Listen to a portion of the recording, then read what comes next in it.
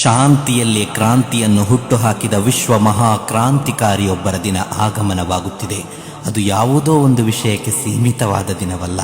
ಅಂದು ಪ್ರೇಮಿಯ ದಿನ, ತಂದೆಯಂದಿರ ದಿನ, ತಾಯಿಯಂದಿರ ದಿನ, ಶಿಕ್ಷಕರ ದಿನ, ಮಕ್ಕಳ ದಿನ, ಮಹಿಳಾ ಸ್ವಾತಂತ್ರ್ಯ ದಿನ, ಕುಟುಂಬ ದಿನ, ದಾಸ್ಯ ವಿಮೋಚನಾ ದಿನ, ಸಾಹಿತ್ಯ ದಿನ, ಮನಃಶಾಸ್ತ್ರ ದಿನ, ಮುಗುಳ್ನಗು ದಿನ, ಸೌಂದರ್ಯ ದಿನ, ವಿಜ್ಞಾನ ದಿನ, ಆಧ್ಯಾತ್ಮ ದಿನ, ಅರಣ್ಯ ಸಂರಕ್ಷಣಾ ದಿನ, ರಾಷ್ಟ್ರ ರಕ್ಷಣಾ ದಿನ, ಮದ್ಯಪಾನ ಮಾದಕ ವಸ್ತುಗಳ ನಿಷೇಧ ದಿನ, ವಾರ್ತಾ ಸ್ವಾತಂತ್ರ್ಯ ದಿನ, ಅತ್ಯುನ್ನತ ಸಂಸ್ಕೃತಿಯ ದಿನ, ಶುದ್ಧ ಆಹಾರ ದಿನ, ನೀತಿ ಆಡಳಿತ ದಿನ, ಯಾತ್ರಾ ದಿನ, ಆರೋಗ್ಯ ದಿನ, ದಮನಿತರ ಸ್ವಾತಂತ್ರ್ಯ ದಿನ, ಪರಿಸರ ಸಂರಕ್ಷಣಾ ದಿನ, ನಾಗರಿಕ ಹಕ್ಕುಗಳ ಸಂರಕ್ಷಣಾ ದಿನ, ಎಲ್ಲಕ್ಕಿಂತಲೂ ಹೆಚ್ಚಾಗಿ ಮಾನವೀಯತೆಯ ದಿನ, ಪ್ರಪಂಚ ಕಂಡ ಮಹಾ ಅನುಗ್ರಹ ಪ್ರತ್ಯಕ್ಷವಾದ ದಿನ.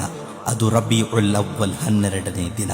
ಅದು ಬೇರ್ಯಾವುದು ದಿನವಲ್ಲ, ವಿಶ್ವ ಮಹಾನಾಯಕ ಹಜರತ್ ಪೈಗಂಬರ್ ಮುಹಮ್ಮದ್ ಸಲ್ಲಲ್ಲಾಹು ಅಲೈಹಿ ವಸಲ್ಲಮರ ಜನ್ಮದಿನ.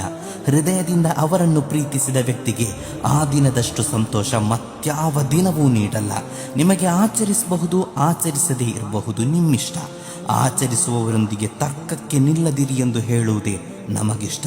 ನನ್ನ ಪ್ರೀತಿಯ ಹಿಂದೂ, ಕ್ರೈಸ್ತ, ಬೌದ್ಧ, ಜೈನ ಹಾಗೂ ಇನ್ನಿತರ ಧರ್ಮ ಬಾಂಧವರೇ, ಧರ್ಮವಿಲ್ಲದವರೇ, ಪ್ರಪಂಚದ ಮಹಾಸಾಧಕರ ಕುರಿತು ಆಳವಾಗಿ ಅಧ್ಯಯನ ನಡೆಸುವ ನಾವು ಕ್ರಿಸ್ತಶಕ 571 ಏಪ್ರಿಲ್ನಲ್ಲಿ ಮಕ್ಕಾ ದೇಶದಲ್ಲಿ ಹುಟ್ಟಿ ಕ್ರಿಸ್ತಶಕ 632 ಜೂನ್ 8ರಂದು ಮದೀನಾ ರಾಷ್ಟ್ರದಲ್ಲಿ ಇಹಲೋಕ ತ್ಯಜಿಸಿದ ಮುಹಮ್ಮದಿ ಎಂಬ ವ್ಯಕ್ತಿಯ ಕುರಿತು ಅಧ್ಯಯನ ನಡೆಸೋಣ. ಪ್ರೀತಿಯ ಸಾಮ್ರಾಜ್ಯ ಕಟ್ಟೋಣ. ನಿಶ್ಚಯ ಪ್ರೀತಿಯ ಸಾಮ್ರಾಜ್ಯದಲ್ಲಿ ತೇಲಾಡುವವರಿಗೆ ಯಾವ ಅಪಹಾಸ್ಯಗಳು, ಯಾವ ಅವಹೇಳನಗಳು, ಯಾವುದೇ ವಾದ ವಿವಾದಗಳು ಕೂಡ ಧೂಳಿಗೂ ಸಮವೆನಿಸಲ್ಲ.